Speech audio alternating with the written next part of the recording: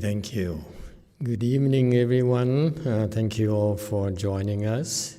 We here at DTT, let's continue investigating Master YongHua's Chanqi instructions.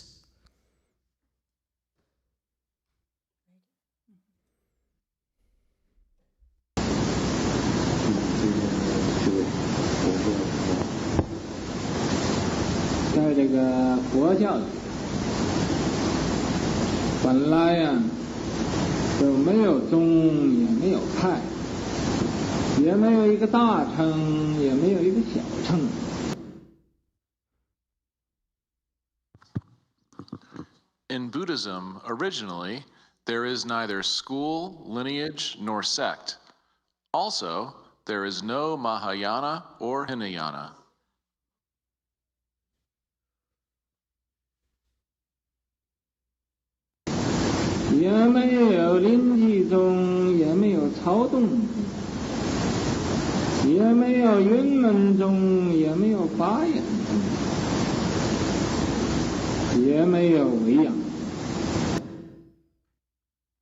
Neither is there Linji lineage, Caodong lineage, Yunmen lineage, Fayan lineage, nor is there Wei Yang lineage.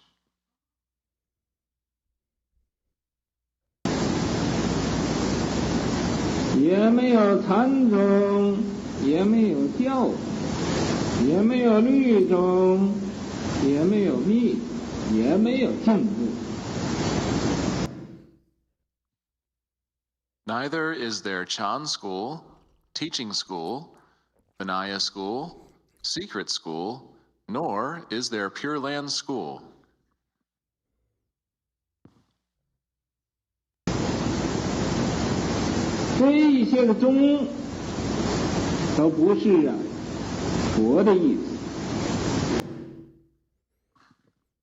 These schools and lineages were not the Buddha's intention.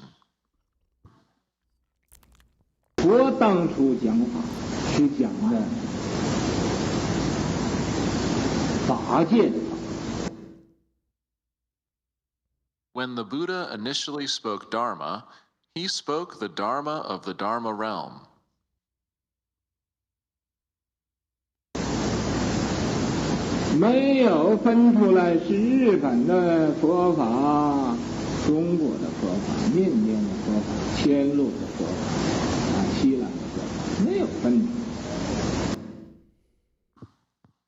There was no distinction between Japanese Buddha Dharma, Chinese Buddha Dharma, Burmese Buddha Dharma, Siamese or Thai Buddha Dharma, or Sri Lankan Buddha Dharma. There was no distinction.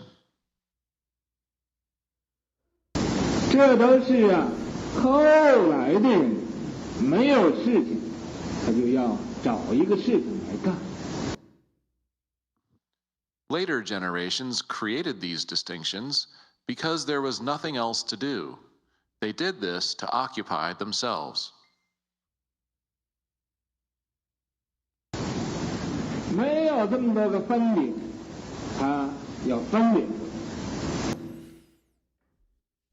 There weren't so many distinctions, yet they insisted on distinguishing them.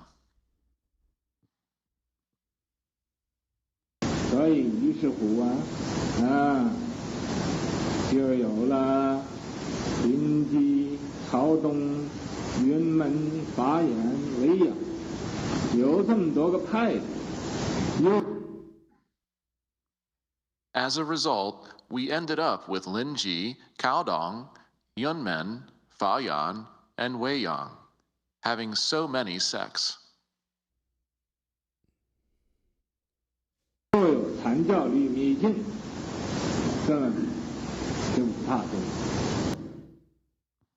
Additionally, there were the 5 major schools: Chan, teaching, Vinaya, secret, and Pure Land.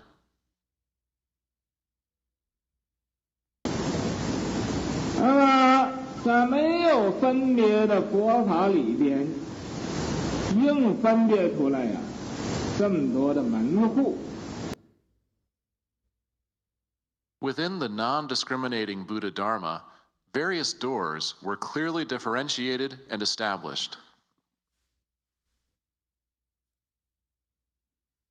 每一宗可以说是每一个门、每一个户，分门别户。 Each school can be seen as a separate door, a distinct household, creating divisions and distinctions. 说你那个门呢和我这个门就不同啊，我这个户和你那个户啊也不一样。 One might say, your door is different from my door. Oh, my household is also not the same as your household.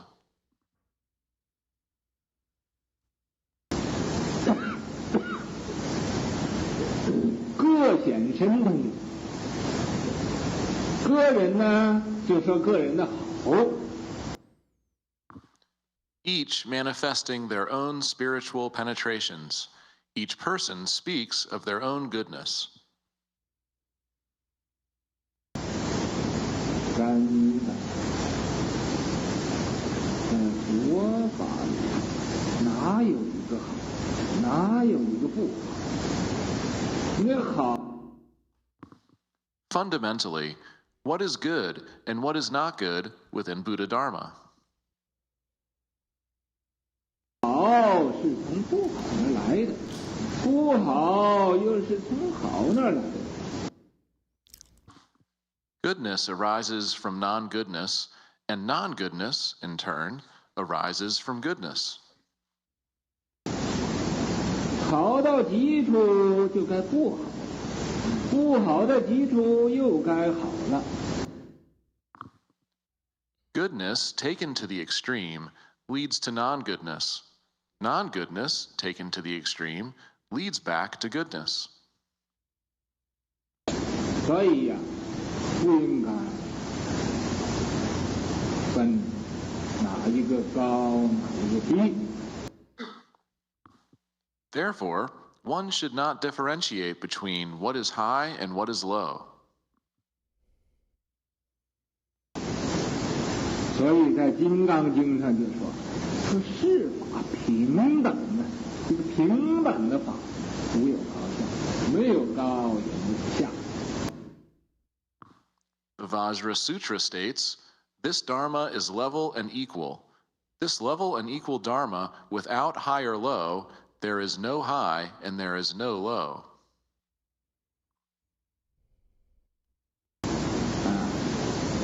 六祖大师，人家向他求法，他说我要。 When people requested Dharma from the sixth patriarch, he said, 要有一字法告诉你，那我就是大王语。 If I had one word's worth of Dharma to tell you, then I would be lying. 我要有法能教你，我也是大王语啊，根本无法可说。 If I had any Dharma to teach you, I'd be lying too. Fundamentally, there is no Dharma to be spoken. 所以呀，那么其他的标定里边都有佛法，咱们这个标定里边就是没有佛法。 Therefore, in all other buildings, there is Buddha Dharma. But in this building of ours, there is no Buddha Dharma. 地方啊，咱们不要说我们这个佛法就在我们这儿。 We should not say this Buddha Dharma of ours is here with us. 要就在你这儿这么一点点，这么一个佛法，那有什么用啊？没有用处。 If it is here with you, it is just a tiny bit. What is the use of such limited Buddha Dharma? There's no use at all. 佛法是极广大、尽精微的，它是法界性的，也没有什么地方。 Buddha Dharma is extremely vast and yet subtle. It is the nature of the Dharma realm. 当有佛法，也没有一个什么地方没有佛法。There is no place where Buddha Dharma exists, and there is no place where Buddha Dharma does not exist. 他这个境界是这样。The state of it is like this. 你要说这儿有佛法，你是指着了。If you say Buddha Dharma is here, you are attached. 你要是那儿没有佛法，你又是指着了。If you say Buddha Dharma is not there, you are also attached. 所以法根本说的在这个不可说之中，这就是法。Therefore, Dharma is fundamentally ineffable. Within this ineffability, this is the Dharma. 不能说是某一宗里边就是真的，哪一派里边又是假的。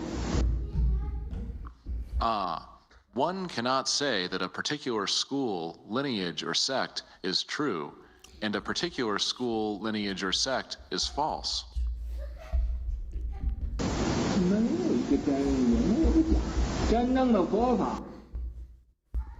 There is not a single true, and there is not a single false. 包罗万有，也有真也有假，也没有真也没有假。True and proper Buddha Dharma encompasses everything. It includes both the true and the false, both the non-true and the non-false. 妙的地方就是这个。This is where it is wondrous. 所以呀，你要听哪个地方说哦，佛法在那个地方，那佛法不在哪个地方。If you hear someone say, "Oh, Buddha Dharma is in this place, and Buddha Dharma is not in that place,"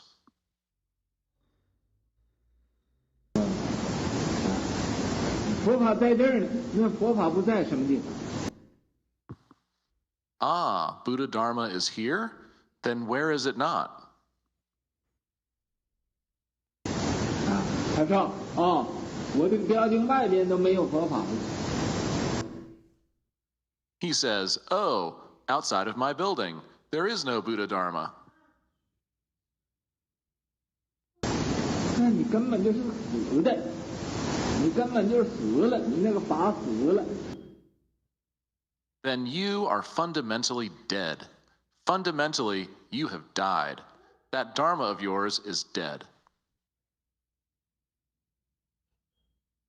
就捐到那一个房子里头有什么用？那个法可以捐得住吗？ What's the use of confining it to just this one building? Can that Dharma be confined like that? 法无定法，没有一个定法。既然没有定法，怎么会在标定里？ Dharma is not fixed. There is no fixed Dharma. Since there is no fixed Dharma, how could it be enclosed within a building?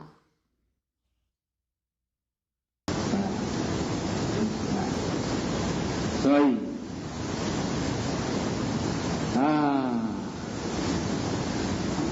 当时你看我头先问他，你问看看他怎么。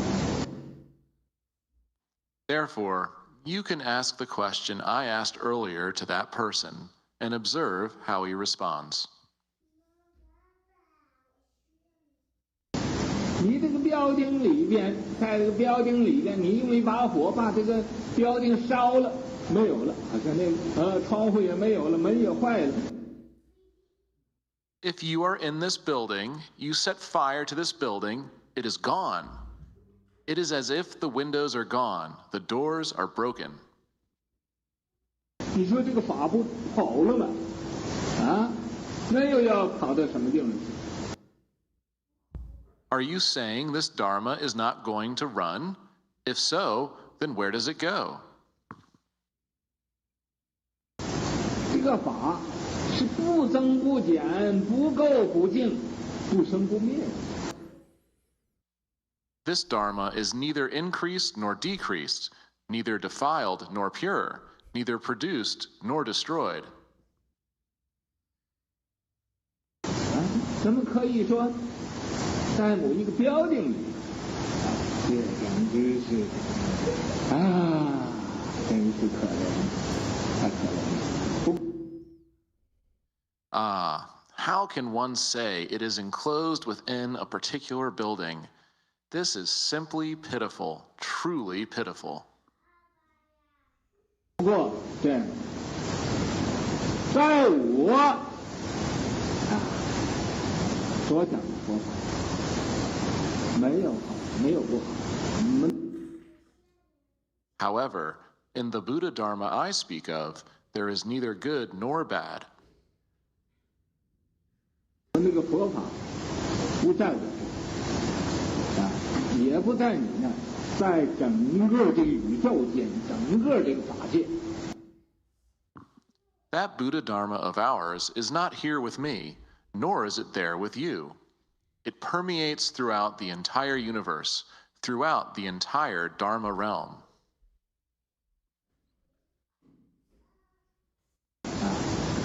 这个法绝对不会单到我的一个房子里，要单到我的一个房子里，那岂不是自私的法吗？ This Dharma will absolutely never just come to my house alone.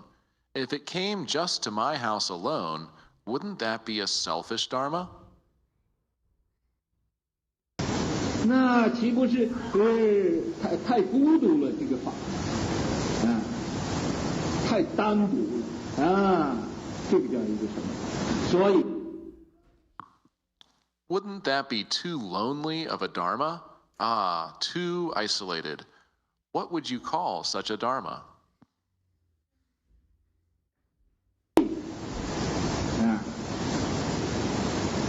咱们所讲的佛法，是无论它是非法，都是佛法。 Therefore, what we speak of as Buddha Dharma, regardless of whether it is Dharma or non-Dharma, it is still Buddha Dharma.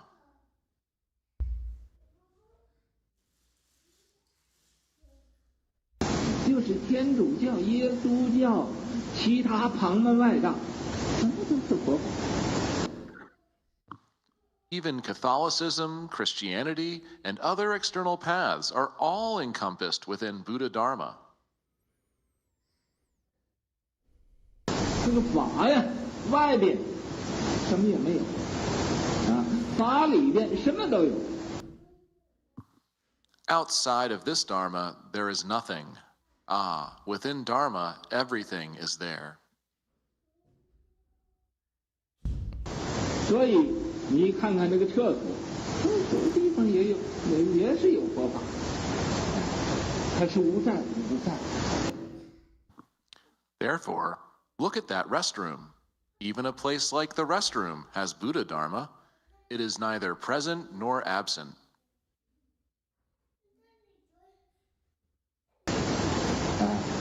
那个最肮脏的地方，那个法也不离开；最清净的地方，那个法也不停止的。 The Dharma does not abandon even the dirtiest place, nor does it stay in the purest place. Therefore, Dharma does not stay at... That's the end of the slide. Oh no!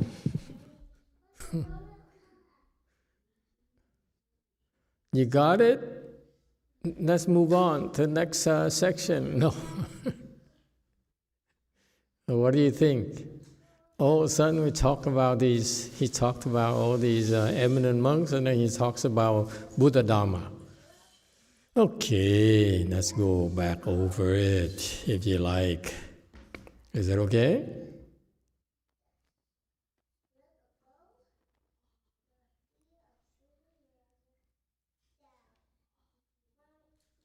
Okay, where were we? We started on slide 221.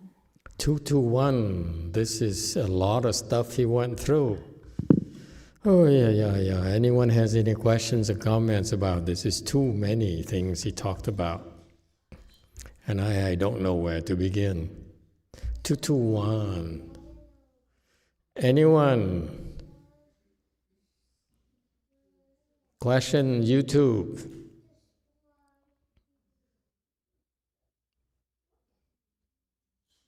Wait, Mel.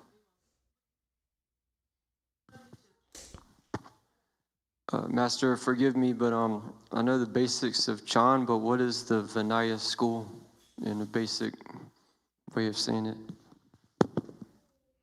Okay, Chan specializes in teaching you and training you about meditation to help you become enlightened. It's one of the 5 schools, and another school is Vinaya, which specializes in teaching you about rules of morality or precepts. And you keep them, you will become enlightened too yourself. Okay, so there are many schools for you to learn in the Chinese system. There are 5 schools. So basically, Vinaya is the approach that the Chinese masters chose to teach their followers in observing rules of morality, by being pure, by not committing offenses. You can become enlightened. Okay, so a different approach. And now it turns out nowadays, in the Dharma ending age, most monks and nuns don't practice this Vinaya school anymore because they don't have much success, okay, in terms of getting enlightened merely by observing precepts, but also in terms of getting support from lay people when they practice purity.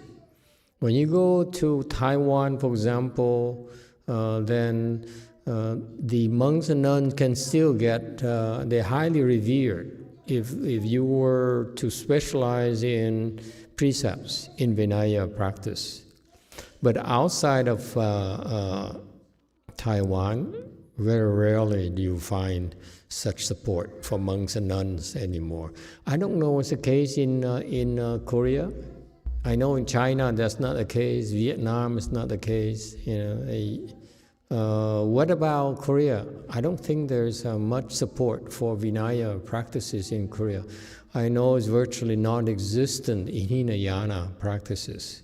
Okay, so it's a dying school where it now becomes secondary practices. For example, when we teach you Chan, we also teach you Vinaya. Okay, so that's what it is. Anyone else?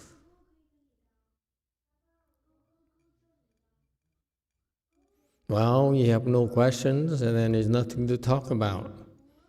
How's the weather in Los Angeles?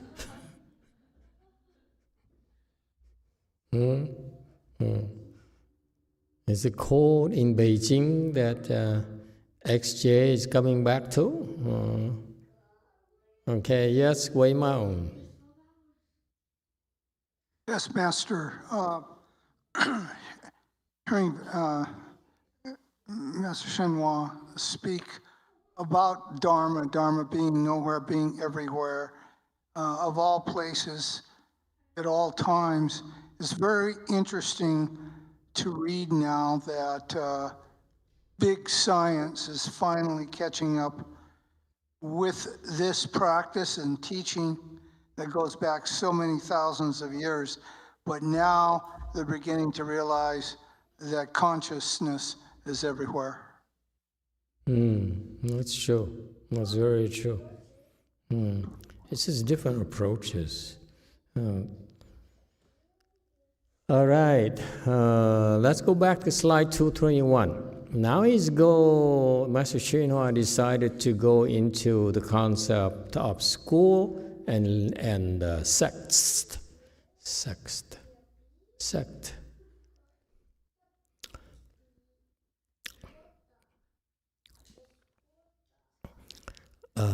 There are differences. Okay. So the school, they refers to the 5 schools in China. Okay, and within the schools, you could have sects. Okay, so for example, the one that Master Shell will bring up a little bit later, in a Chinese school, there are 5 sects. Okay, so far so good. Okay, you're still with me, huh? Okay. There's no Mahayana, Hinayana. Okay. First of all, the word Theravada is not standard Buddhist teachings, not standard scholarly Buddhist, pure scholarly Buddhist approach. Theravada was the term that was used later by the Hinayana practitioners from Sri Lanka and those countries where they resented being called small vehicle. Okay, so they use Theravada, which means elders' sayings, elders' teachings, which is not Hinayana at all. Elders means nothing in Buddhism. In Buddhism, it's sages, bodhisattvas, Buddhas that matters. The sayings, those sayings are the ones that you want to study, that contain Buddhist wisdom. Elders don't mean anything. Elders only mean they have a lot of Dharma ages. They're very high in Dharma age, and that's it. It doesn't mean they have wisdom at all. Okay, so that's why I personally feel that the scholarly term, the scholars using the term Theravada is misguided. This is where Buddhism goes wrong. You subscribe to that kind of language, the kind of concept. I feel bad for you.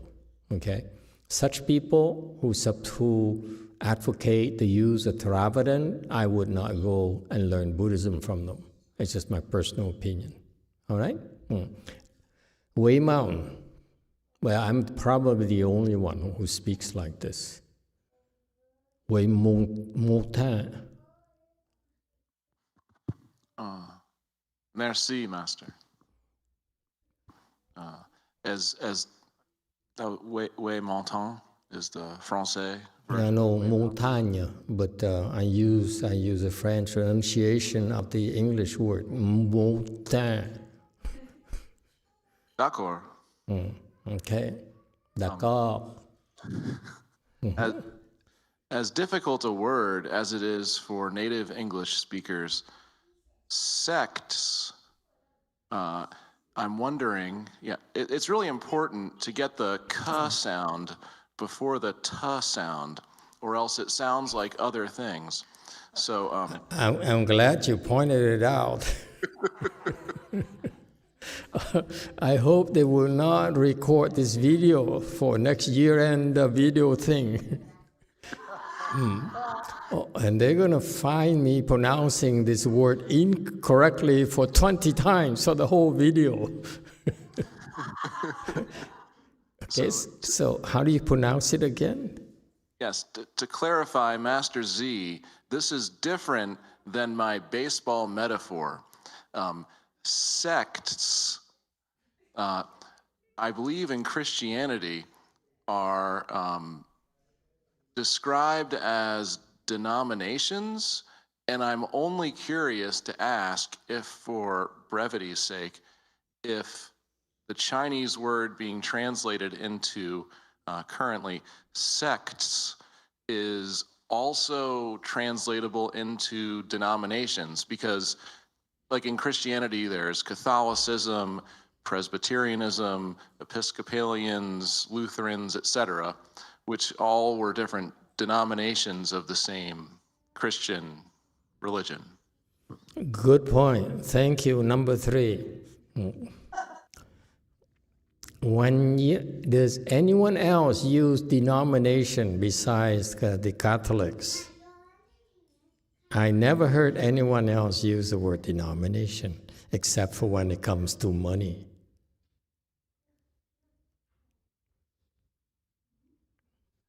And Master, further, growing up in a military town, and I think Brady would be familiar with this, at the Naval Academy, they had a non-denominational chapel. So the chaplain would speak not just to Christians, but also to people of the Judaic faith or Muslims or really anybody in the military who wanted to show up and worship. So non-denominational could be multiple religions or non-secular. Right. Therefore, denominational seems to be reserved for the Catholics. Non-denominational seems to point to the non-Catholics. So if we were to use the word denomination for our sectus, then aren't we usurping, plagiarizing? You know, Master, English is a constantly evolving language, and it casts a wide net. I would hate to discriminate or distinguish, as Great Master YongHua was pointing out, to exclude us from using words that might be favorable for different public settings. Okay. I hear you, but my vote, my personal vote, which is unanimous, is I will use the word sectus. Okay, good discussion. YongHua yana hinayana. Okay, so Master YongHua says no big vehicle, small vehicle. Okay, again, Theravada means nothing. Theravada is a nonsense word to use. When in Buddhism, when we say big vehicle versus small vehicle, is because there is a message, there is a teaching. If you deny there's such a thing as Hinayana practices versus Mahayana practices, you are a fool. Oh my God, I'm getting so radical now. Go ahead, Brady, bail me out.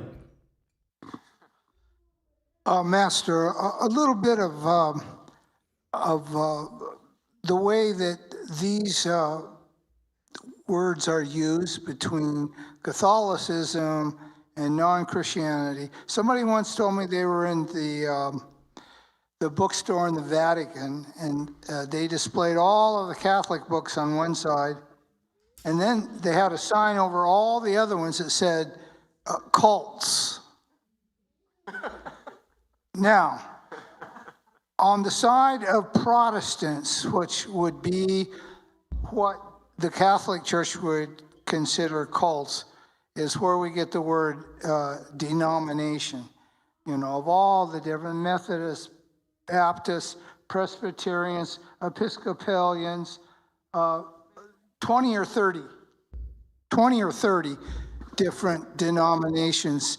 So that's the way Christianity is seen by those practicing it and also by the Catholic Church. Okay, very good.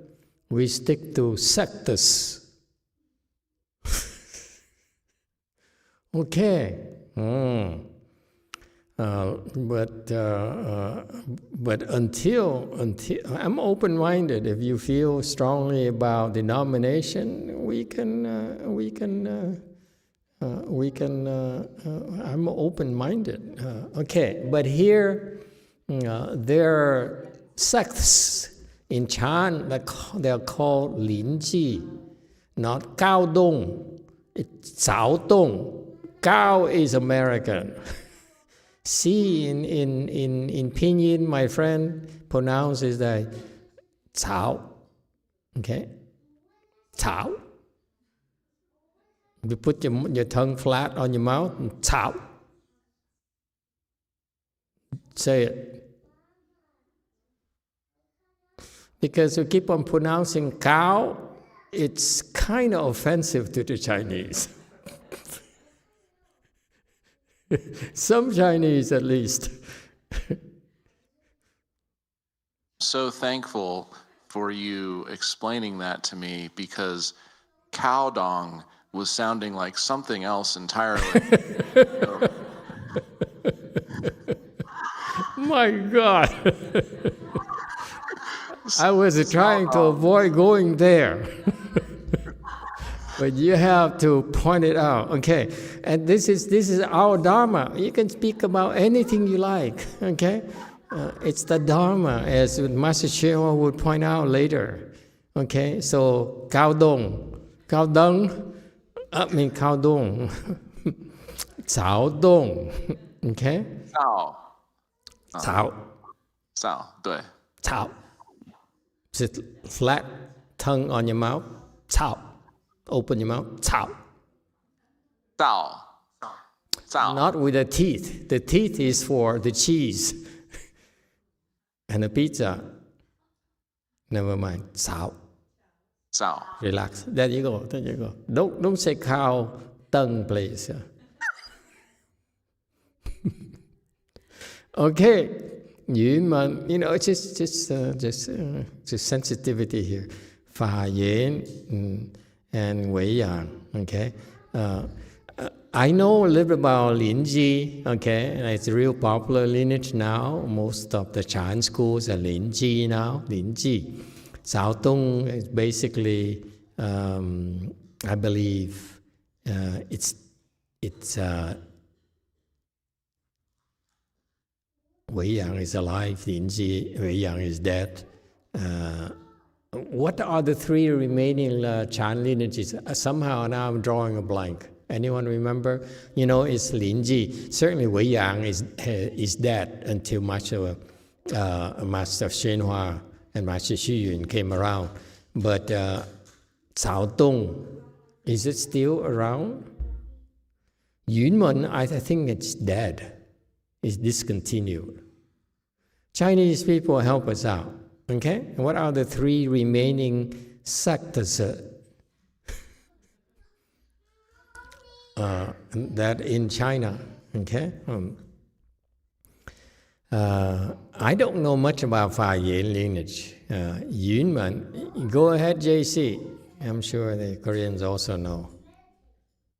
다른 것은 모르겠지만 조동종은 일본에 남아있는 걸로 알고 있습니다. I don't know about the other places, but Chaodong lineage is in Japan. In Japan. Okay, fine. And what's the third one that's still available? Thank you. Either Yunmen or Phà Yến. Phà Yến. So I think I don't know. Somehow I'm drawing a blank. I'm so sorry. Okay. Yes, 5.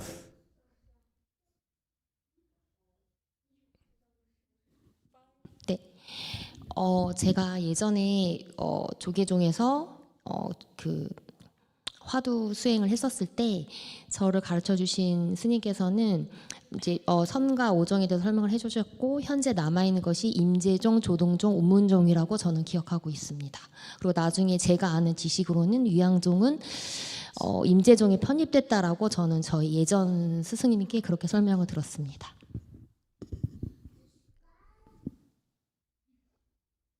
So when I learned Chan in Joge Uder, I learned about Chan schools, and as I remember as the 3 left schools are Linji, Chaodong, and Yunmen. Yunmen. And I heard that Wei Yang is what do you say? Together with Linji? Yes, that's correct. Yes. Wei Yang was folded into Linji. Okay. There's no more Wei-Yang. So because the level of Wei-Yang practitioners were lower, and therefore they folded into Linji approach. You too. Thank you, Master. We have a comment from your Catholic, Daniel Carrasco. Oh, He says, hi, Daniel. I don't see or call the Catholic Church as a denomination, as we see the Catholic Church as the true Christian church. Of course, yeah. The only Christian church, yes. The only, yeah. Very good. Okay, so anyone knows what Yunmen is? I'm just curious. I'm just trying to learn here. It's in China, right? Yunmen is still practiced in China. But Fayin, I don't know much about Fayin lineage. I heard a little bit about Yunmen. Okay, but Fayin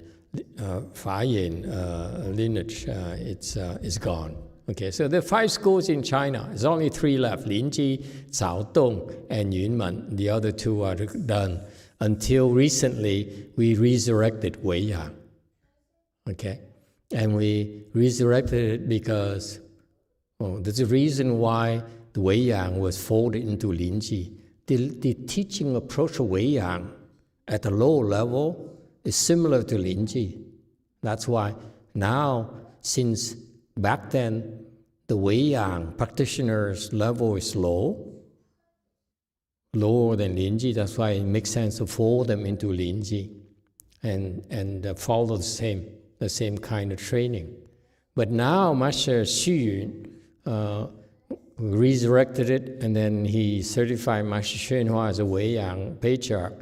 Therefore, it means that the Wei-Yang patriarch level was higher than Linji, and therefore it cannot be called Linji anymore. This is my interpretation. Okay, you will not hear from any other one else. Okay, in China it's still Wei-Yang lineage. Okay, but their monks there, from what I saw from the videos, various videos of the people who visited the Wei-Yang schools, Yangshan temples or Weishan temples, what I saw there, and even the peers of Master YongHua, their level is not that high compared to Master YongHua. So Master YongHua is an aberration. He's way too high for them. So you can call him certainly not Linji, because Linji is mid-level. It's not that high, okay? Caodong is Japan. You don't expect much in terms of Zen, okay? And Yunmen is basically non-existent nowadays. It's not very competitive. So Wei-Yang is by far the more advanced one right now, okay? Yes, 5.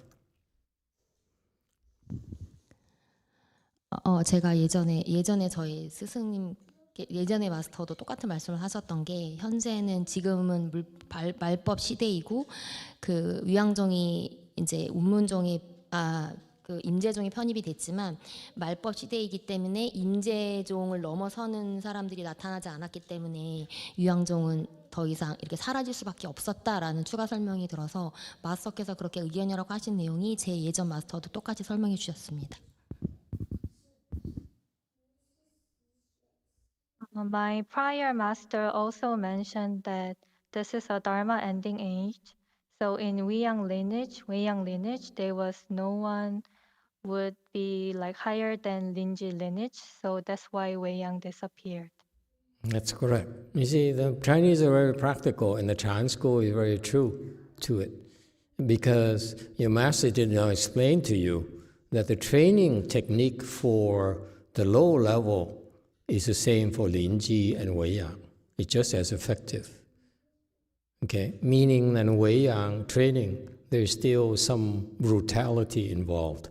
There's beating, there's scolding, there's certain physical abuses and mental abuses and verbal abuses.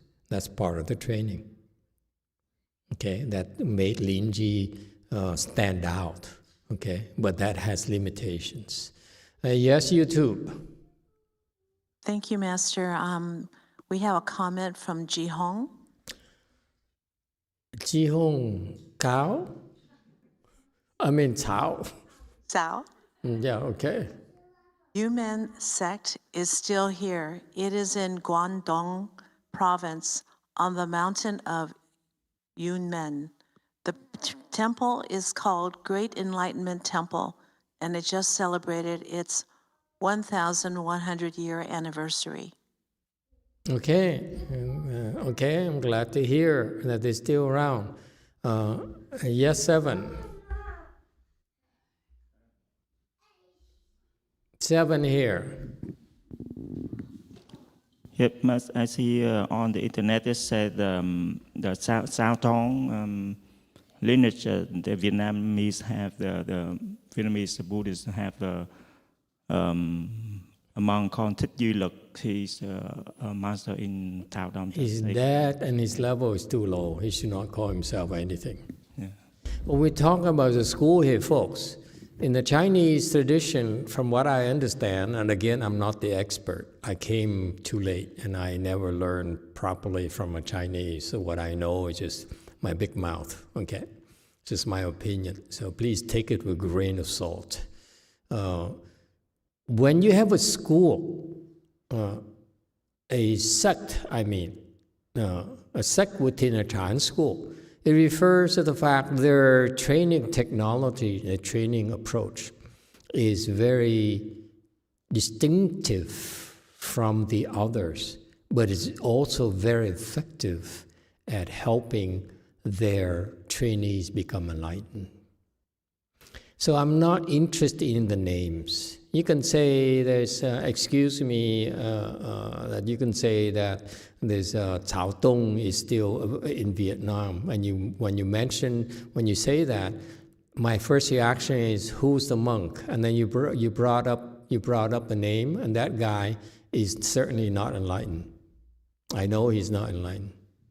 So therefore, whether you call him Cao Tong or Yun Men or Lin Ji, to me is all the same.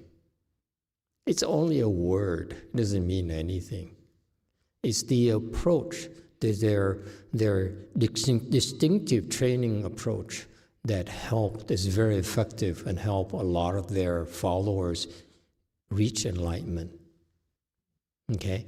And so that's why when you go back to the schools here, you tell me Cao Tong is in Japan, show me a Cao Tong master who's enlightened. You tell me Yun Men is in China, show me a Chinese master who's enlightened and what is their highest level of enlightenment. It speaks loudly to me. Whether it's very much to me, this is where I'm coming from. If I want to go for a PhD, okay, my goal is to get a PhD. Then what I do, like most people would, is to choose which school I'm going to go to. I want to go to school that is the best one I could get in, the best in the field. I don't just want to go to any school. The same thing with the lineages here. Lin Ji here, of course you didn't know that. That's why from a professional perspective I say if you happen to go in the Lin Ji school, let's say you happen to go to Mississippi, okay, for a PhD program, University of North Carolina, for PhD program statistics, then I know what is the level that you're going to reach compared to an MIT, compared to a, I don't know, the other institution, Illinois Champaign and so forth. You know, they have their own specialties and they have a track record of producing talented graduates. Okay? Same thing in Chan school. When we talk about a Wei Yang lineage, we look at Master Wei Shan, who trained Master Yang Shan. and then who train the next generation. I don't know the next generation, but look at Master YongHua. His level is extremely high, much higher than any other patriarchs. That's what I look at. So if I were to choose to learn Chan, I would follow and learn Master YongHua first. Am I making sense? If I could get in, I would rather go to that school. If I can't, I go to lower schools. That's how I choose. That's how we function. How far can you go? Okay? And so right now, look at, even though Linji is popular everywhere in Vietnam, very strong in Japan, Rinzai is very strong, Chinese very strong, and so forth, Taiwan very strong. But I look at their training technology, how they train their disciples. You would never have me discussing how Master Linji trained his disciples. I'm not interested. Okay? Cao Tong from Japan, I have a translation problem. The translation from Japanese into English, well, from what I read, 100% of the time, it sucks. It's terrible. It has no substance whatsoever. Okay? It's confusion. It's a waste of time. I know I'm radical, and please forgive me, but I have a big mouth. In Yunmen, I don't know much about Yunmen, but it's very limited audience. And Fa Yin, I have zero knowledge of Fa Yin. All I know is primarily Weiyang, because I saw the Weiyang. I mean, Master YongHua and his followers. That's why I gauge my thinking on. Okay? Next slide. Chan school, we talked about extensively. Teaching school where we study sutras, sastras, and so forth. And by studying sutras, we can become enlightened as well. Okay? It's a rather interesting thing where you immerse yourself in the studies of the sutras, of the scriptures. Okay? And you leave out the Vinaya. Vinaya next. They only specialize in reading and researching and analyzing Vinaya teachings. And actually, the Vinaya teaching is very profound. It's beautiful. I love the Vinaya. I find it so fascinating. The depth of the teaching is incredible. But unfortunately, it's not very useful for lay people. All they do is study Vinaya all day and they do nothing for you. This is why they find it very hard to get support. Again, this is Dharma ending age. We need to justify our existence. What are we doing for you? Okay? It's no longer the case where we can expect to sit here and expect to be given support just because we are triple jewel, just because we're monks and nuns. It doesn't work like that anymore. Okay? So that's why, not surprisingly, Vinaya's approaches no longer works. At least teaching school, people love to listen to the Dharma. So it's still, primarily right now, people want to come to the temple and hear the Dharma.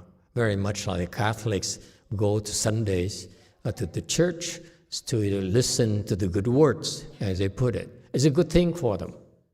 It's very good. So that's how they get the support. Okay? So teaching school still get a lot of support. Chan school got a lot of support. The Chinese secret school is gone. And even Master YongHua, who was a secret school specialist, he did not bother resurrecting it. He only taught us. Okay?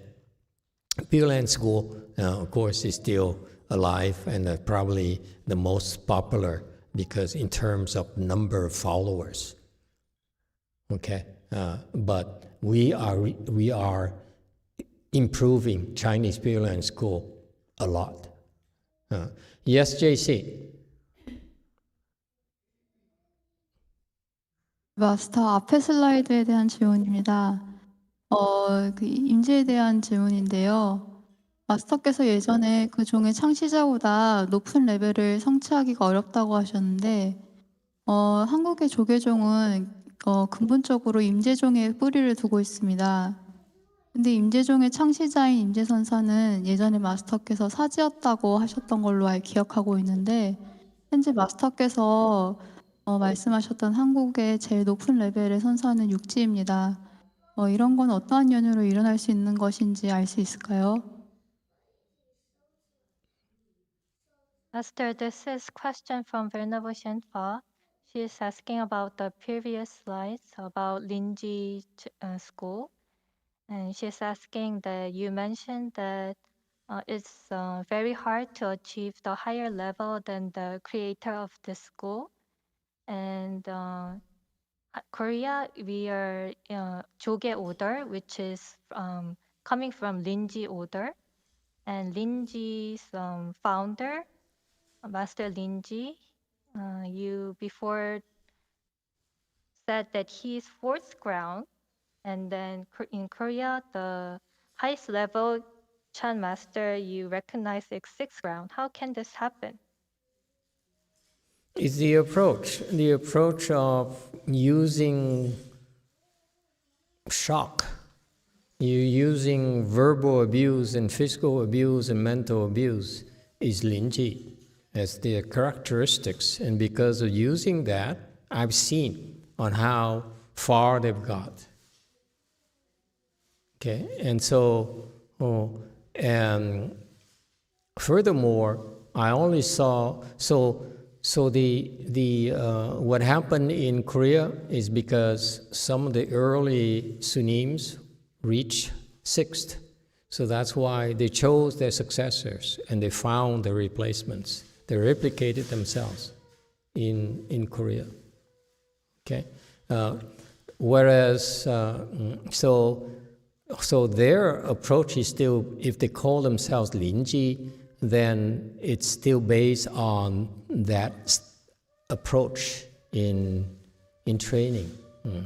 And so I saw that. So I saw that range, and then I saw Master Shenhua's Weiyang training on how his disciples got higher. Okay, and so that's why I'm saying that that's what I based my observation from. Master Linji, he became enlightened because of that approach, and he used it to train his disciples, okay, his followers, and it worked very well for the Chinese, and it's a good thing for the Chinese, okay. But when you get the high level, you can go beyond the mid-range. Those verbal abuses, those mental abuses, those physical abuses, or the way that the Linji used or employed no longer are effective. So that's why you take, for example, we studied Master Wei Shan, how he trained his disciples. We finished those anecdotes, and I hoped that you will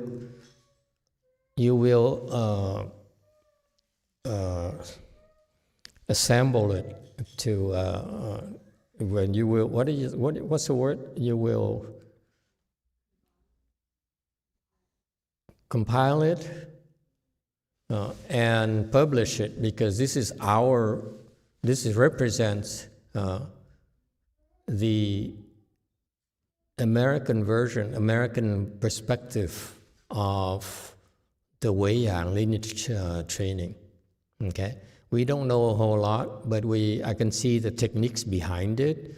I'm of course don't understand a lot of the cultural perspectives, and I apologize for that. And I hope that even though we don't proclaim to understand everything, that we should share our perspectives, and then the Chinese in the future can add more of the cultural aspects and elaborate on that. That's fine, okay? But the techniques are there, and you see the techniques of the Master Wei Shan used are much more sophisticated than simply abusing others.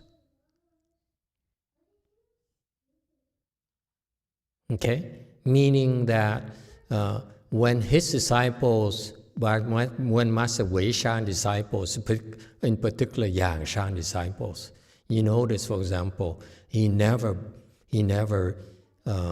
physically abused Master Yang Shan at all. And Yang Shan is about the same level as Master Wei Shan, you see?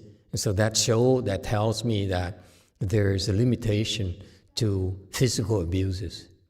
Linji is famous for punching you and kicking you and yelling at you and beating you, okay, and brutalizing you, and that's his trademark. But you notice Master Wei Shan, the way when we went through his anecdotes, there's no physical abuse of Master Yang Shan at all. And I'm pretty darn sure that when we study Master Yang Shan's anecdotes, he will not do that either. It doesn't work at high levels. Okay? So right there, inherently, Linji approach is limited. It works up to a certain level, and then you have to switch it.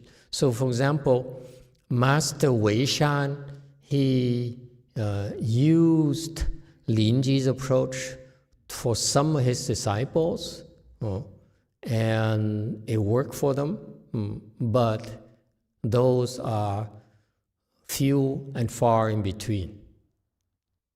I looked at his disciples, his eminent disciples, the ones that were enlightened and were abused by Master Yang Shan. For example, Fa Hai, his level is not that high. Xiang Yan, who he taught the Hua Tou, his level is not that high.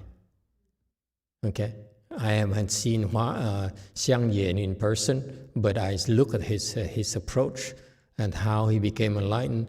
I don't think he got very far. Okay, and that's one reason why I'm not enamored with Hua Tou either. Hua Tou is too slow for me. Hua Tou is a poor form of sudden teaching. Okay, and so as long as we're here, I hope that you will bring forth the interest and the motivation to assemble and put together the 6 Patriarch Sutra. Okay, that's our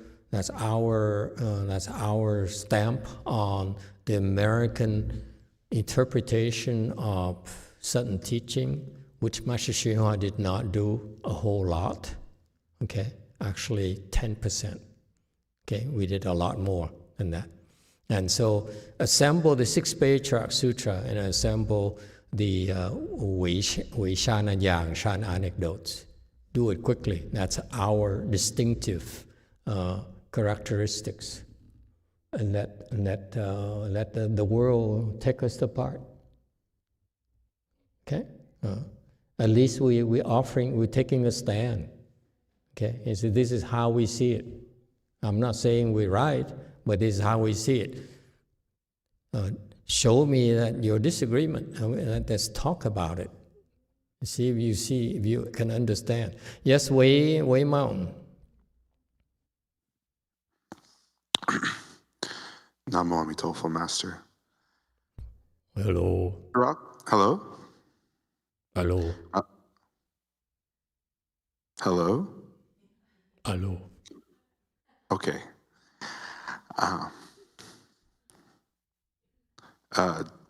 Throughout this whole, what we heard from Master YongHua today, I kept hearing a theme of limiting discrimination.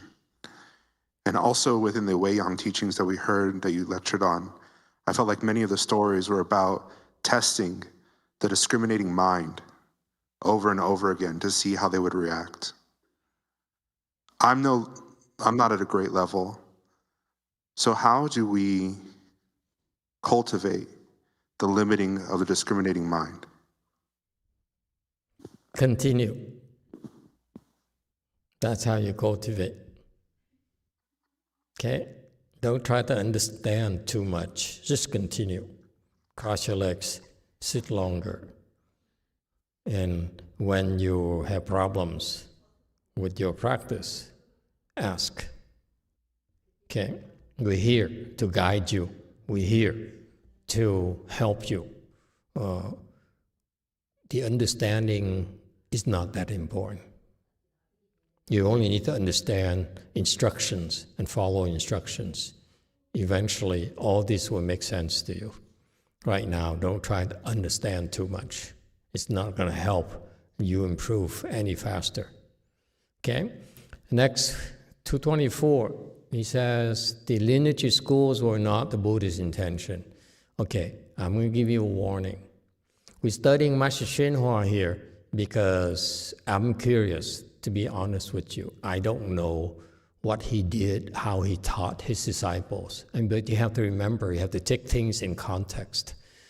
He taught these people and his early in his career. I don't feel he was that good of a teacher back then. He's much better when he taught me. Okay? And so, but I'm curious as to, because the teaching is only a tool to use for the specific individuals. Okay, so you cannot say this is Master XXVII's Chan teaching at all. Okay, this is his early days in teaching. So this is good to learn. Okay, because again, the teachings is given to help those people back then. Okay, so I don't necessarily agree with him. Okay, especially I don't have to agree with him, especially for you. Okay, but it's important to understand the foundation. I will point out to you the teaching points. Okay, so that we're not wasting your time. But remember, his teaching is for his followers. You are totally different. You're a lot better, his followers. So that's why it's good for you to hear this and let me point out to you the differences so that it will apply to newcomers, so you understand the foundation he laid for newcomers, the people who, what he taught is proper. But what I'm adding with my commentaries is adding the other side of the teaching as well. That's not spoken. Yes, Jeju, comment. So for earlier Shenfa's question, regarding Shenfa's question, I think Joge order didn't say they're entirely Linjai lineage. I learned at this temple, the Venerable Abbot had some lectures. The one Chinese monk who greatly influenced Korean Sun school is one monk from China in Tang Dynasty, and he was a disciple of both Wei Yang and Lin Jai. So he was a disciple of Ma Zhou. Yeah. Okay. So maybe that's why, because the Venerable Abbot said this is the monk who influenced most of the Sun school in Korea. Yeah. Yeah. It's good. All these historical information is important. I plead ignorance. I'm only interested to see what level they got, how far they got.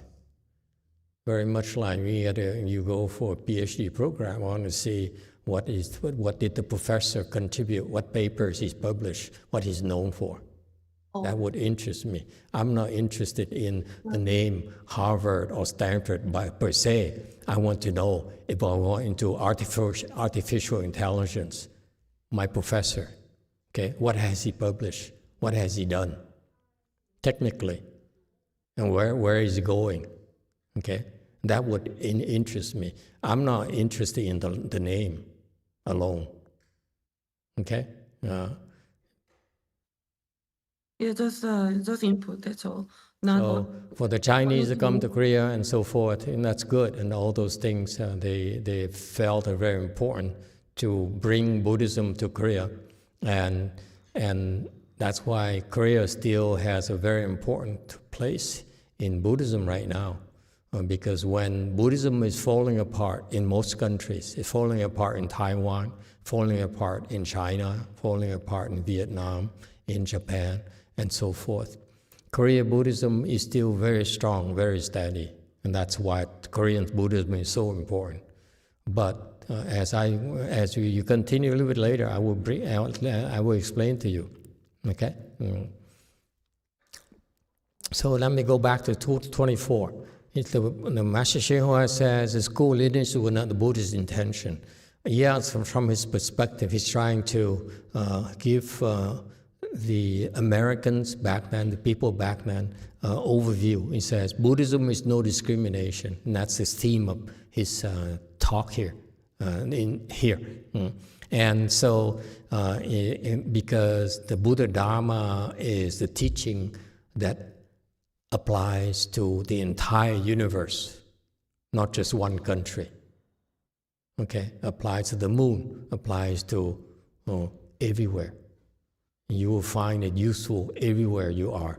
In this world, in the Pure Land, in anywhere else in the universe, it will apply. It's the same teaching. Yes, 3.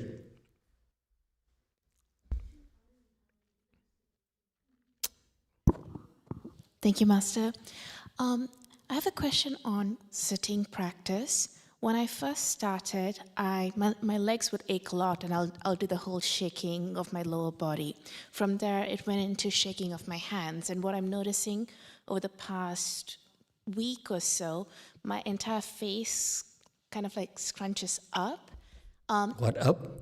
It gets squashed up, like I'm scowling or frowning. Okay, frowning, cowling. Okay. And that's why we sometimes call it cow. Never mind.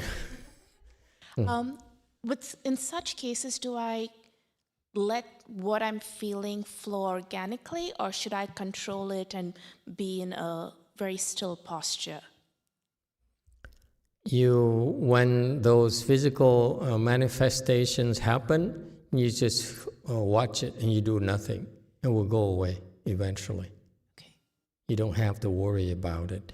It's a good thing, because those things happen because of your chi being blocked. So it's unblocking the chi.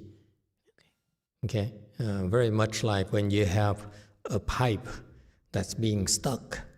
So you increase the water pressure, and eventually it goes to go through, and you. That's what's happening to you. That's why you're shaking. In so many sections of your body, because you have so many blockages everywhere. So it's being unblocking. The other option you have is you go to acupuncturists. They learn to see the whole flow of the chi in your body. They needle you here and there to unblock these things, and boom, it flows through. Okay? Ours is much more effective in that the acupuncturists only see, let's say, one network of chi being blocked, because you complain that your heart is something wrong in your heart. So now they look at the network of the heart of the chi and they mess with it. Whereas for us, we don't do that. For us, we unblock the entire system. So our approach of Chan is much wider, much broader. So it takes longer for us to unblock, but we unblock the whole thing. So it's much more effective. So that's why when you combine the two, I send my people to acupuncture, to herbal doctors, because I want them to see that if you combine the two, you do this holistic unblocking thing of your body, which is you need. Okay? Because by the time you go see the acupuncturist, the doctor, you only see this localized effect. You don't see that this is actually what the acupuncturists and Western doctors don't understand, is that where they see blockages in your heart, in the lungs and so forth, actually is built up by many, many layers. On this side, it's called invisible blockages that they are not aware of. Okay, so your chi, when you do Chan, you're unblocking everything. So as you're doing that, you're shaking, and you go see another Western doctor, another doctor, and so forth. They do it locally for you. So you say, I'm getting better here. But you don't understand there's a lot more going on with Chan that we're unblocking for you.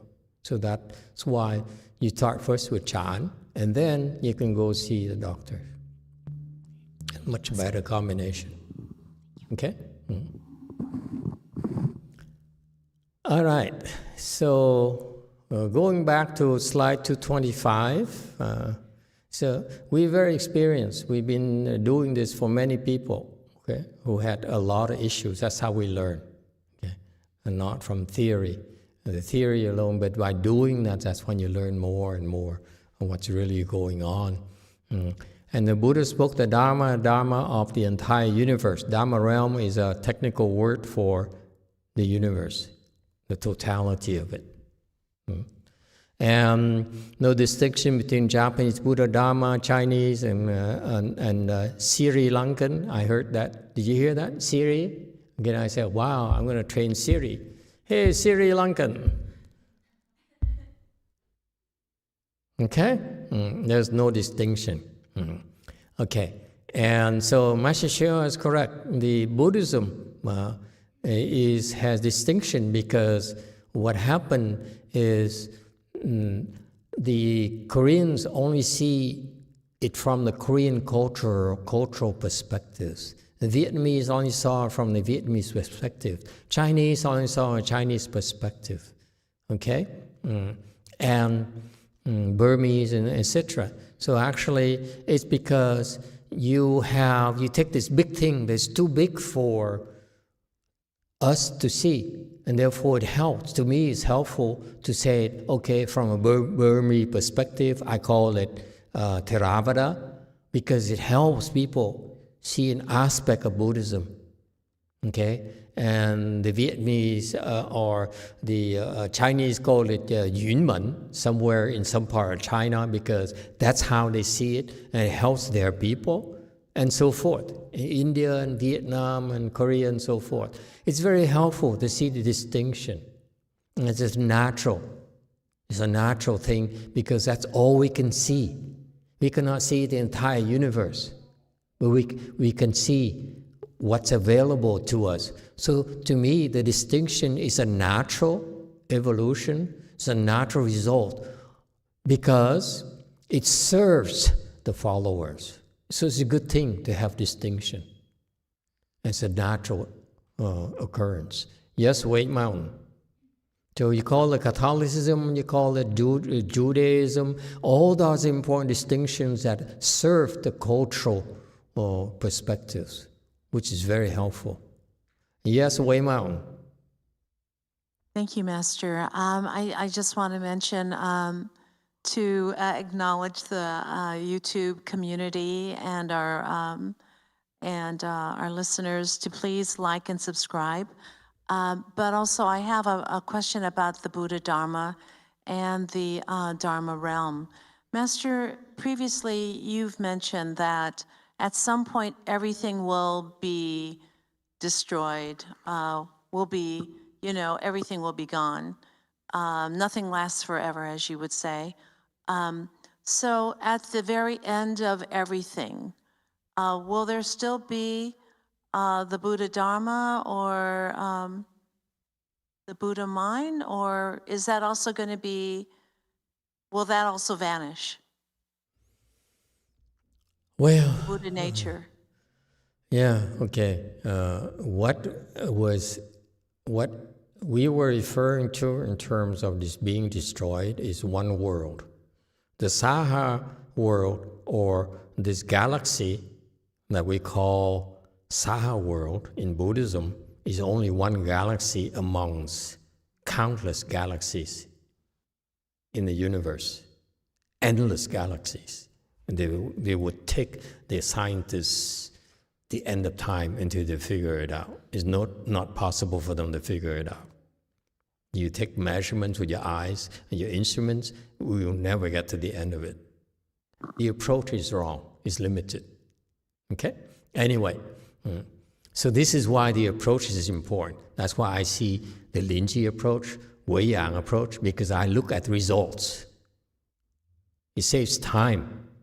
I want to know how far can you go? How many can you see? How many stars can you see? Okay? Because that determines your limitations. And so in our world, in the Saha world, where the Buddha Dharma exists right now, we're teaching you because it works for the Saha world. And that's one distinction very important. This distinction of Buddha Dharma here that's being taught to me and to us is for this Saha world. You go to the Pure Land, the Buddha Dharma would take on the characteristics of the Pure Land, which works better in the Pure Land. Is that clear? Okay, and so in our world, Saha world here, we are near the phase where the Buddha Dharma is shrinking. There's fewer adherents. For example, in my generation, we can expect to sit here and for people to come and make us offerings. Your generation, the young people don't believe in that anymore. So I'm teaching you to earn your place, to make yourself more useful to society. Okay? And therefore, that's how we're going to prolong Buddhism. Because if we didn't, okay, these young people here, they will not come to the temple anymore. If we sit here and say, I'm the Triple Jewel, come make offerings to me. And they all say, yeah, what have you done for me? What have you done for my father? What have you done for my ancestors? What have you done for me when I'm sick, when I am in trouble, why I feel depressed, and my therapist and my psychologist cannot help me? What can you do for me? What can you do for my child? Okay? And Buddhism has always been able to. Okay? But now we need to depend more on that than simply saying, we're the Sangha. Okay? This generation of yours, third generation Mahayana, is gone. We cannot expect people to come and support us anymore. It doesn't work automatically anymore. We have to make ourselves worthy of respect. Okay? And it's not a problem with Buddhism at all. We have been always very helpful. But you can no longer continue with my generation where we deserve to be supported. Okay? I'm of the philosophy that we need to earn our support. That's how you become more humble. Don't think so highly of yourself that you deserve to be supported. Okay? That's wrong. Okay? And so this Buddhism in our Saha world is slowly decaying because we have fewer and fewer adherents, fewer and fewer followers. Okay? And to the point where eventually it will die because no more people will believe in Buddhism. When there's no more people who believe in Buddhism, that's when Buddhism will die. Buddhism is still around because there are people who believe in Buddhism. And they believe in Buddhism because it works for them.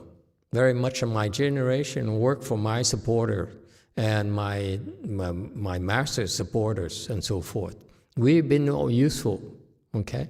And therefore, in your generation, you need to be useful, but more explicitly than take it for granted. Okay, so that's why now Buddhism throughout the world right now, in Saha world, is shrinking because your generation, the monks in your generation, are not that useful anymore. the monks in your nuns in your generation are not being trained enough to be useful. Okay? And so eventually, because you're not useful anymore, no one will come to the temple. Let's face it, you come to the temple because you find it useful to you. People tune in to our videos and our online classes because they find it helpful. To bow to the Buddha helps them with their depression, with their energy level, with their problem solving and so forth, at work, at home, and so forth. Okay? They find it useful. That's why we still are here. Okay? And so, but eventually, when you no longer are able to help, that's when Buddhism disappears. Okay? When the Buddhism disappears, then the world will be destroyed. Not long after that, the world will be destroyed. And because of that, this world, the Sao world will disintegrate, will be destroyed by the demons. Okay? And there are some good people in that time there, they'll be moved to a different world temporarily, where they will cultivate. Okay? And then when this Sao world here reappears, then these people will be moved back. That's how it works. Okay? So in other words, what we're doing now is because we teach you and train you and help you, many of you become enlightened, we are actually prolonging the decay of Buddhism. So in a very humble way, we're making a difference. Okay? We're keeping the demons at bay. Yes, 5. 오늘 방금 설명하신 그 불법이 망한다는 현보 스님 지금부터 다시 할게요.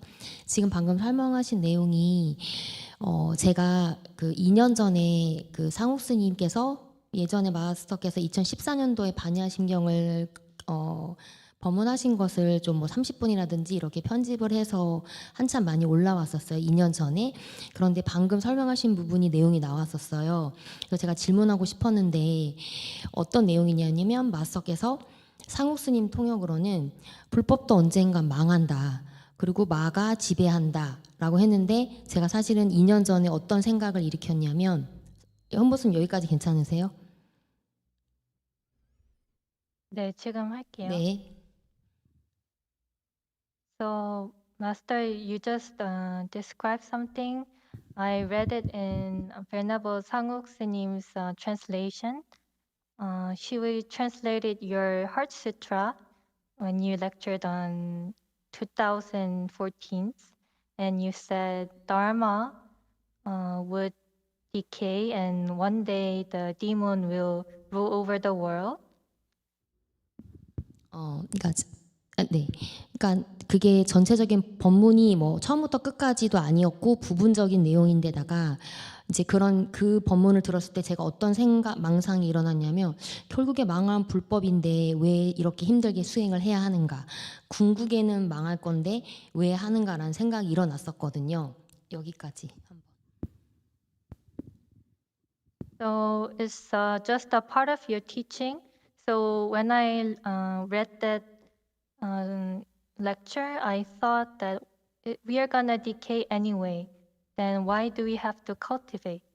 이제 그랬지만 이제 계속 법문을 설하시는 자리에서 이런 질문을 저는 너무 궁금했지만 이런 질문을 한다는 게 뭔가 분위기에 맞지 않은 것 같기도 하고 하지만 저는 궁금했는데 제가 이 질문을 오래전부터 궁금했던 이 질문을 꺼내는 이유는 좀 전에 지금 선화상인의 100일 법문에 설명하신 맥락과 2014년에 반야심경에서 설명하신 것이 결국에 불법이 망한다라는 게 사바세계가 끝나는 거, 사바세계에서의 불법이 끝난다는 것을 설명하신 건지 그거를 질문드린 겁니다. So I've been questioning this for a very long time. And I never asked because it seemed improper to ask this question when you're doing a Dharma talk, but now I ask this. Yeah, So ask. I It's ask. okay. Thank you. Thank you for waiting. You asked earlier, I wouldn't be able to answer you. Now I can. If you don't feel like cooking, order delivery.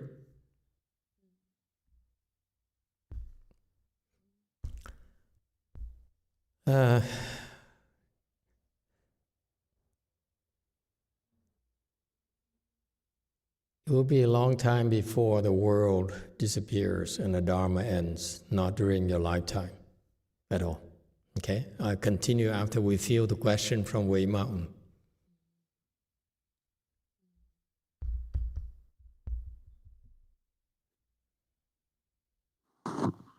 Well, Master, I'll make it quick so you can just answer yes or no. But I've kind of had a dream I've kept myself for a long time. And I'd like you to hear it, see if you agree.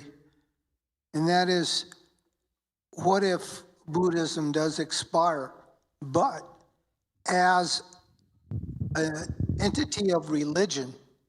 And what if the accounts of Buddhism merge with natural science? Have you ever thought of that, Master?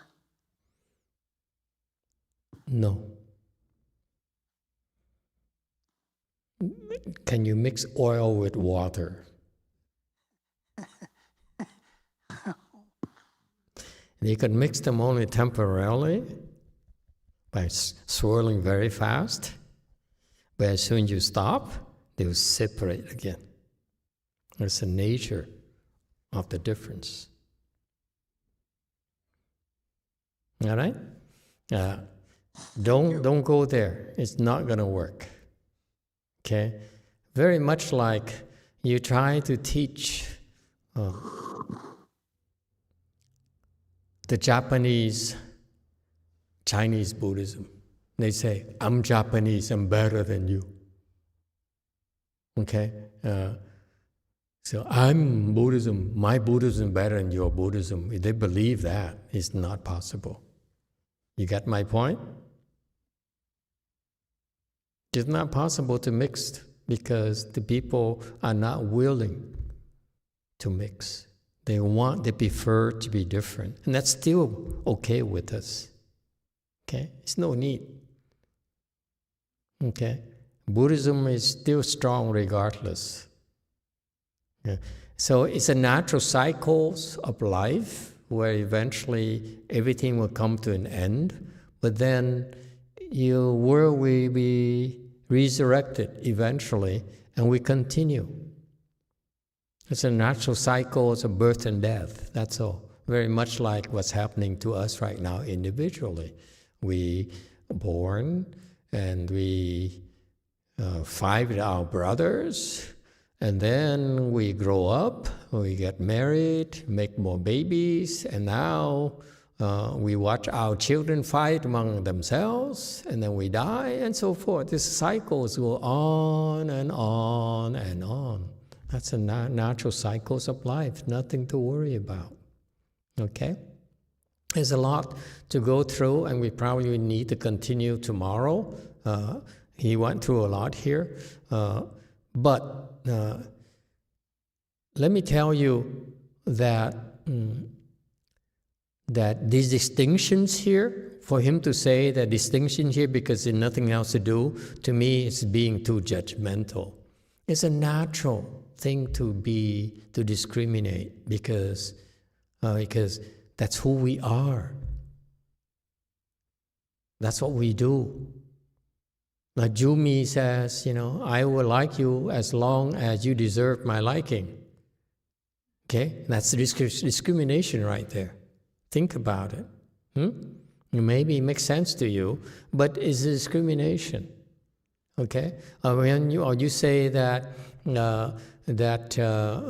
Chinese Buddhism is better than American Buddhism, yeah, it's better based on paper, but not better based on the people. And so forth. So it's okay to discriminate. Okay, it's just a natural thing. Okay, I'm not worried about discrimination. I'm not worried about that there's conflict, there's disagreement. Okay, that's a natural thing. It's a natural evolution.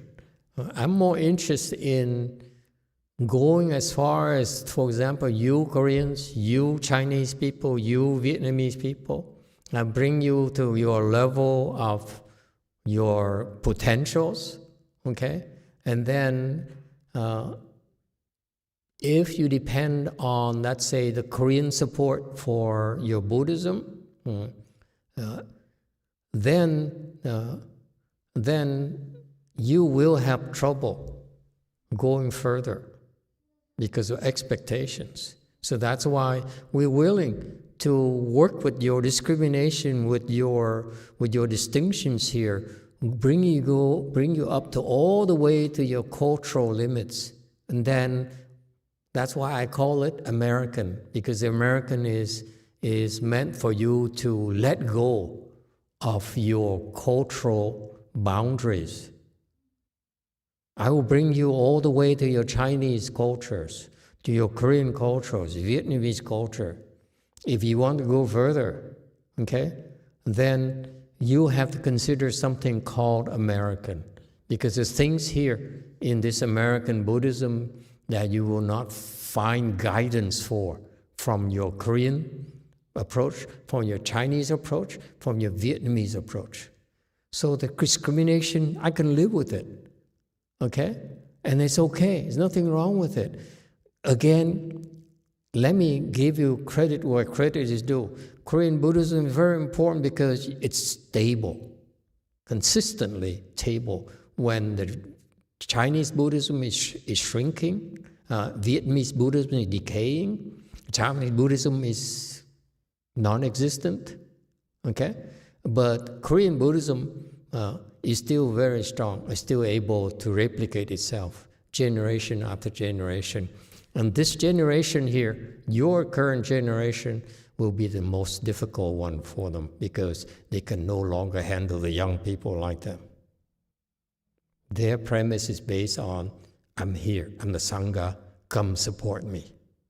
So the government support you, lay people support you in my generation, but the young generation, they don't believe that anymore. And that's why they don't follow Buddhism, they switch to Catholicism. That's a big sign right there. It's no longer, Buddhism is no longer serving the young people. That's why they switch it. Hello.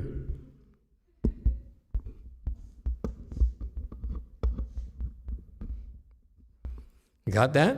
And so that's what it's about. I'm not afraid of distinctions. I will work with you, bring you all the way to your culture allows you to go, whether it's Chinese, whether it's Buddhism. But this is very important to me because it's nothing wrong with your distinction. I can live with the Chinese distinction. I can live the Korean Buddhism distinction. Let me bring you to that level first. And then you decide for yourself. You want to go further or not, that's all. We can work with that. So distinctions don't bother me. That's point number one. Point number two is that don't be too scared of the decays, okay? It's a natural evolution. Everything must die eventually, like you. You're getting older every minute, and you're going to die. You're going to have wrinkles in your forehead, just like me. And then you can't, your arms don't listen to you anymore. And then you look at your husband and say, what happened to all your hair? Huh? You know, and then so it's a natural evolution, okay? That, but as long we're here, do not feel, and this is revolution I'm talking about, not revolution politically, I'm talking revolution for the people, in the sense that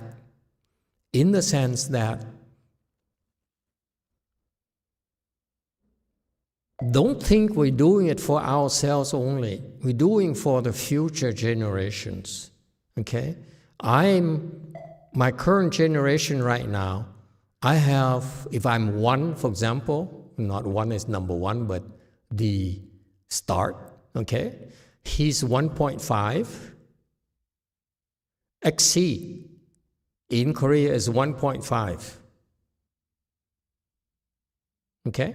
So that there's a transition here. And then all the people, okay, are 2. Your generation is 2. You see that? It's your role now to make sure that Mahayana spreads to 2. And I'm making sure it's happening right now because it's still under my control. And then I have 2.5 already. I'm preparing for you. If you look at one generation is 30 years. Your generation, you young people, you too old. How old are you? The point here is that your generation will be taken care of. Okay? That's 2. I'm not stopping at 2. I'm doing 2.5. I have 2.5, and I hope to do 3. And 3.54 is these people here. See that? We planted the seeds for that. So don't think that we're doing this for ourselves only. I want you to think bigger, cross-cultural barriers, and also transgenerational. I want you to go 3 or 4 levels deep. We can do it together. This is why we're doing this. Okay? Because if we didn't, who's doing it now? No one. Master YongHua is gone. We are the only one who's explaining his Dharma right now. You know that?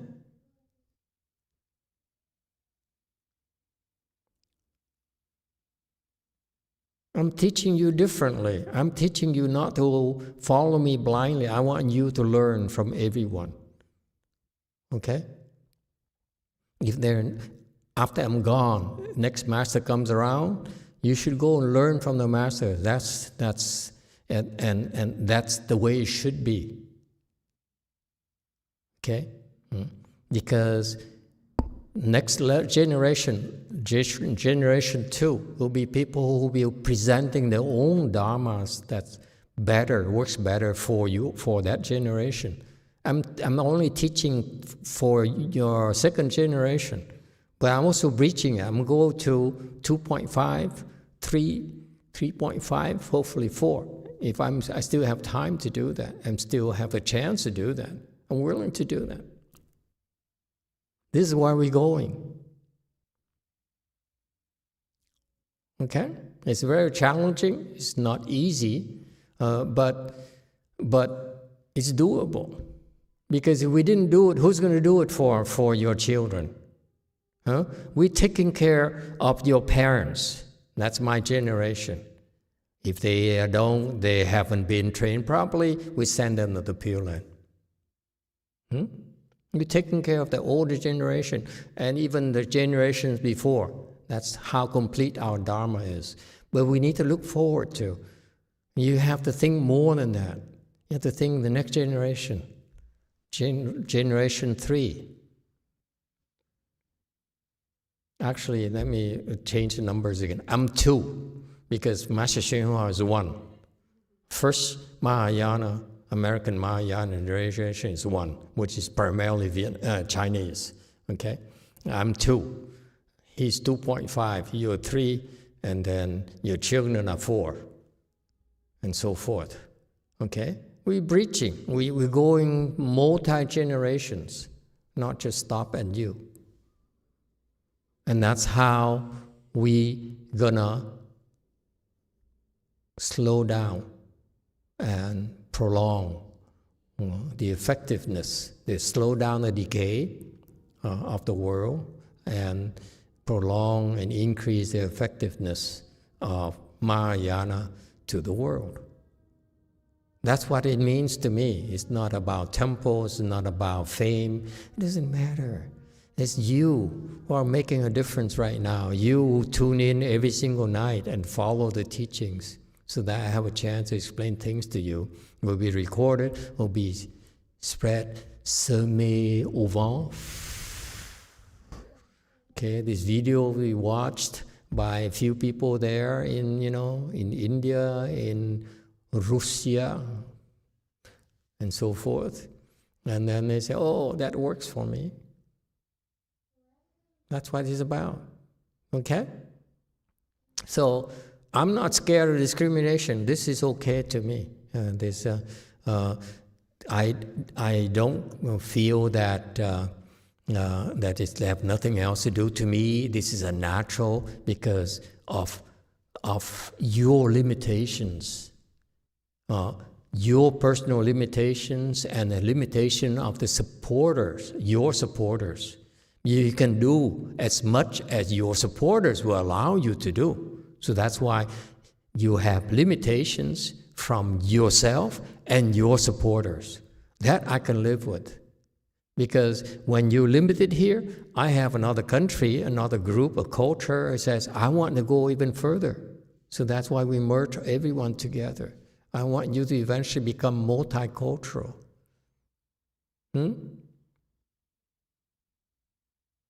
Sounds good. Okay, dokie. We stop here tonight. Thank you. We'll continue tomorrow. Yeah, and have a good trip back to the mainland. They like to call themselves mainland, you know. Okay, and you collect the anecdotes. I want the Wei Yang publication in English and Chinese. You hear? Yes. Okay, very good. Thank you. Good night. Good night.